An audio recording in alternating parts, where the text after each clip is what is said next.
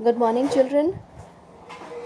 So, as we are doing cooking of food, I hope you are liking this chapter. And as you have your books with you, open page number 79. Yesterday we saw the reasons for introduction of cooking of food, then reasons, and then what happens to food when it's cooked. Today we'll see the methods of cooking. There are many methods of cooking. Few of the methods which are very important are being their description are given here, and we'll see it one by one. Methods of cooking. Some foods items have a lot of moisture water in them. Leafy vegetables, spinach and fenugreek have lots of moisture. So many food items which they have lot of moisture in them. These are cooked using methods that make use of this moisture.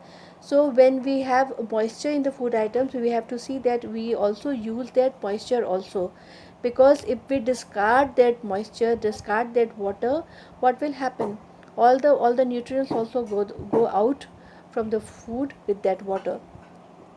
These are called using method that make use of this moisture, but food items like wheat, rice and pulses are low in moisture content. But the food items like wheat, rice and pulses, they are low in moisture content. That's why when we cook them, we add extra water to that for cooking. There are also methods which do not require any water while cooking. There are also methods in which we do not require any water is not required for cooking. In fact, these help in cooking and leaving the food crisp on completion. And what happen? If we follow these methods, what will happen? It will leave the food crisp and on completion. There are many methods of cooking food. Food is cooked either by application of dry heat, as in the case of baking and roasting. Dry heat, when we are baking and roasting, we are using dry heat. We are not using any water, any such things. Or by the application of moist heat, and if you are using moisture, like in steaming, boiling, stewing, and frying, we are using moist heat. But you are not using water directly. Okay. Cooking by moist heat, boiling, simmering, stewing and steaming. Cooking by dry heat, baking, deep frying, pressure cooker, grilling, roasting, frying in oil or ghee, shallow frying. And now we'll see what is boiling. Boiling is the cooking of food in a liquid. When we boil something, when we put something in water and then we boil it. Example, uh, example water, milk or stock. We boil egg, which is at boiling point. When the water starts boiling, we should add our items that time, not with the cold water. Common types of foods that are boiled include vegetable, rice, and pasta. This is cooked by moist heat, and these things which we cook usually done by moist heat. That's why it comes under boiling. The food is brought in direct contact with the boiling water. What happens if we use this method of boiling? We put the vegetable or egg or pasta, whatever it may be, directly in the water. This way, what happens? The food item is in direct contact with the water. This is not a very tasty method, but is more digestible method. Though the method of boiling is not very tasty, but it is the food which we boil and eat is easily digestible. Waste of nutrients occurs when the cooking food is discarded. When the cooking water is discarded. Many times, what happens? Suppose you are boiling vegetables. What happened after the boiling? You take out the vegetables and the water pot is discarded. That should not be done, because all the nutrients, if it is nutrients which are water soluble, they will dissolve in water, and then we discard water. Water is thrown means all the nutrients are thrown. There's a lot of flavor also when, and if we are using this method of boiling, what happens? There's loss of flavor also. Flavor gets lost, color also get lost. So this requires to use as little water as possible, and also the size of the cooking vessel should be suitable. So less water should be used, and the size of the cooking vessels should also be suitable to the quantity of food. So suppose one egg and a big pan. No, the pan should be according to the size of the food, whatever food we are using. Always add the vegetable to boiling water to save loss of nutrients. When the water starts boiling, then add the vegetable. This way you are saving the nutrients. Otherwise, if you keep the vegetables with the water and when then you put it on the gas, what will happen? The vegetable will continuously in contact with water, and all the nutrients which are soluble, it will dissolve in water, and this way all the nutrients will be destroyed. And also always add the vegetable to boiling water to save loss of nutrients and preserve the natural color of food left. But after the water starts boiling and then you add the vegetable, what will happen? Whatever nutrients are there, not all nutrients will be destroyed at the same time. Color will also will be natural.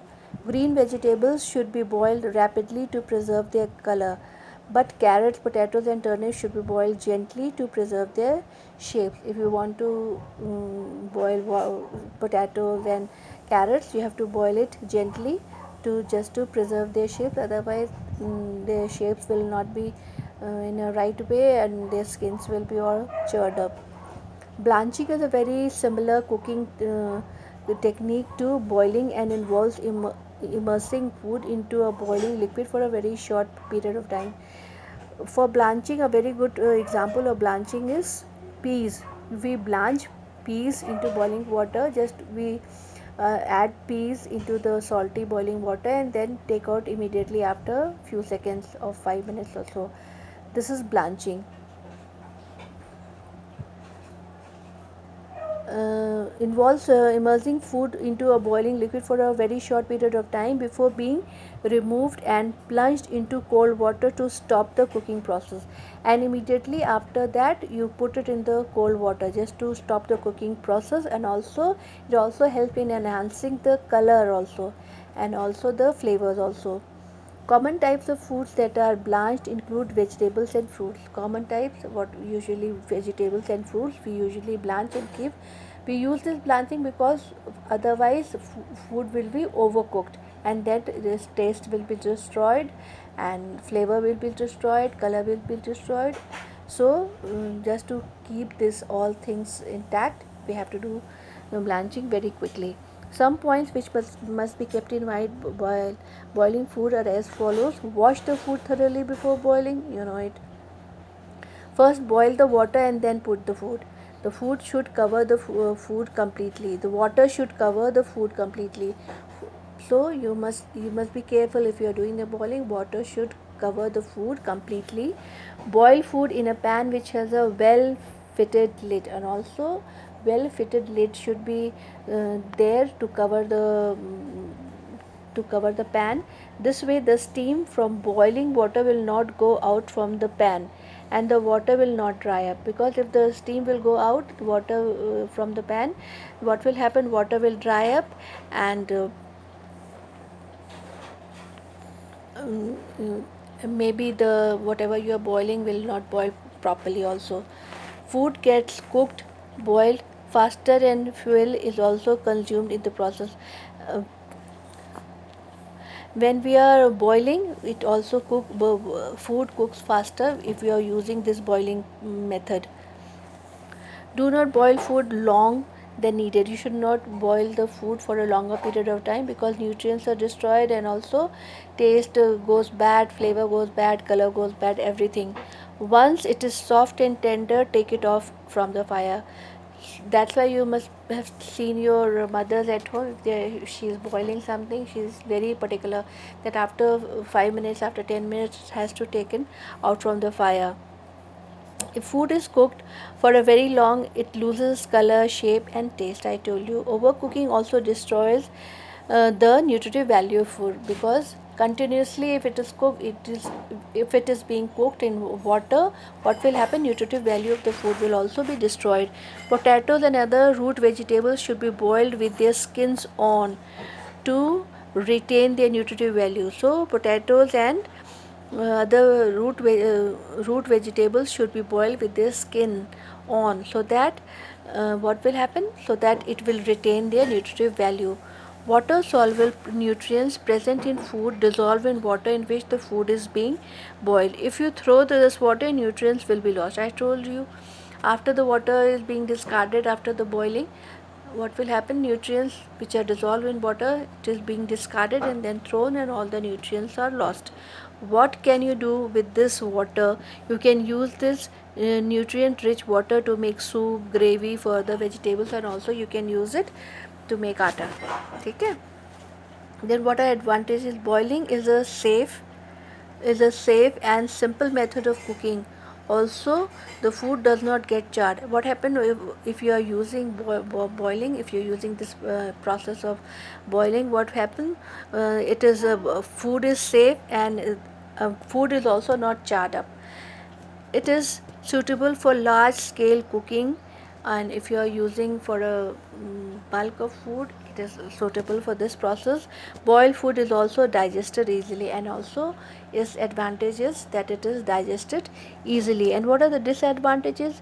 While boiling water, water soluble nutrients are lost if the water in which the food is boiled is discarded. After this water is discarded, nutrients are discarded. Some food may not like boiled food as they find it bland. People usually don't like boiled food because it doesn't give a nice taste, and also it gives a bland taste. The taste of boiled food can be enhanced by adding lemon or other herbs and spices. You can make the food a little encouraging for taste. You can make it tasty by adding lime and other herbs and spices. Okay, so this was boiling, and tomorrow we'll continue with simmering and steaming and stewing. Please read and come. Okay, children. Thank you.